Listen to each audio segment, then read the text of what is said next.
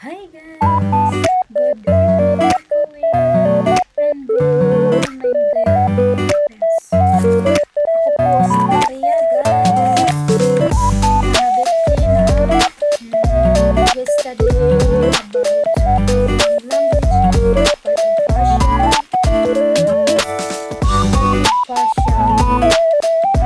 Okay, now exercise.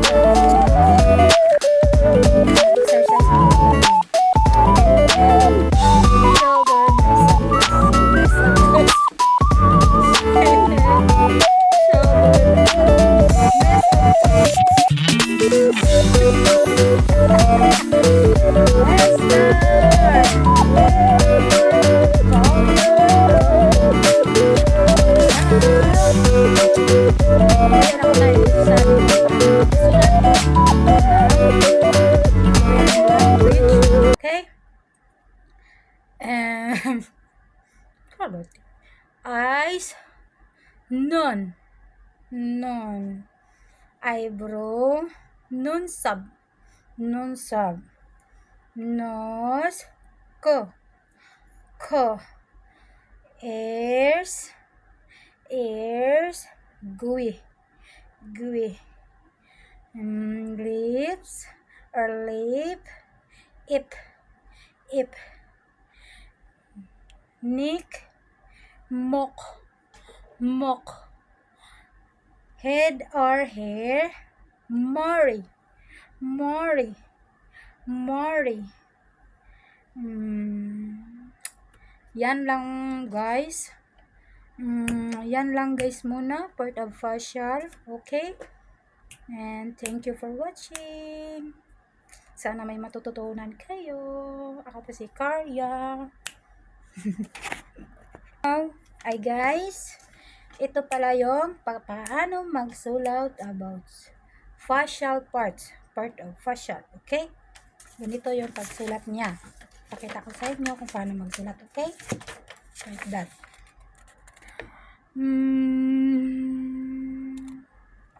Makita ba siya maayos?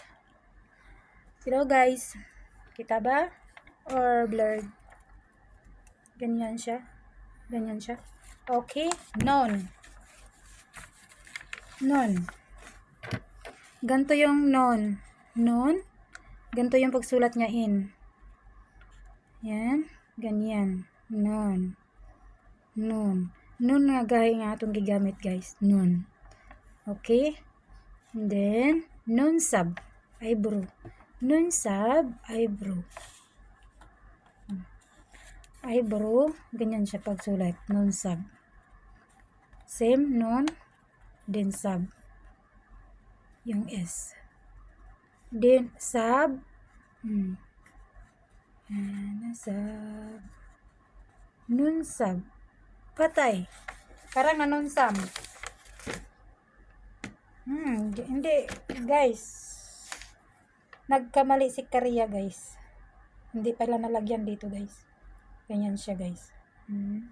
Hindi siya sa square ha. Nun sub. Kaya pala parang may nakamali ako dito. Nun sub. Yung ganito sa pagsulat sa sub. Sub or P, pareho. Depende sa pag-pronounce niya. Okay? Ganyan. Parang chair, pero baliktad. Ganyan siya. Ganito siya pagsulat kaysa ibaba natin lagay. Okay? Non-sub. Next, gui. Gui. Yan. Ganyan, G. Tapos yung pag-pronounce niya, gui. Gahi siya. Gahi siya. Okay? Gui. Okay? Tapos yung W niya nagiging siyang nagahi. Okay? Ganyan. Para may matutunan din kayo sa natutunan ko. Din ko, nose.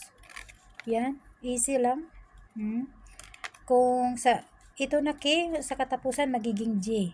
Pero nasa first siya, depende sa pag-pronounce. So, K siya talaga siya. Pag-kuan, ko. Kumok siya, ko. And then, mock. Mock. Nick. Guys, mock. Ganyan. Square siya. E, then, ganyan. Okay? Yung muk niya, nagiging ki. O, yung dito, ko. Ki, yun talaga siya. Yung dito, yung kaya nasa katapusan siya, nagiging G. Mok, yung pagkasulat niya. Okay? Then, Mori. Mori. Mori.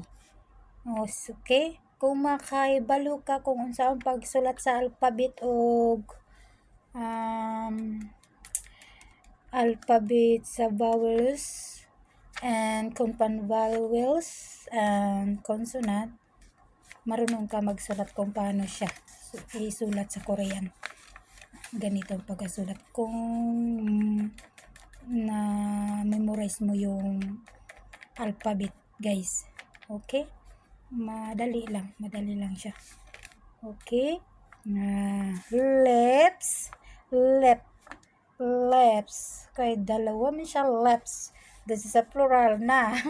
Oo, may natutunan ako sa pag-aaral ko, ha. Kung isa, singular. Kung two, more than, plural. Okay? Lips are left. Name niya sa Korea is Ip. Ip. Ganito yung pagsulat niya. Ip. Ip. Yung dito niya, nagiging B. So, Ip. So, pag-pronounce siya, Ip. So, sa kuha na, sa English talaga siya, Ip talaga siya. Pero sa Korean niya, Ip. Ganyan siya. Ganyan siya, okay? So, sana may natutunan kayo, guys. Bye-bye! Once again, good evening, Kuwait, and good morning, Philippines, guys. Snack. Sana may tutunan kayo. Bye-bye! See you!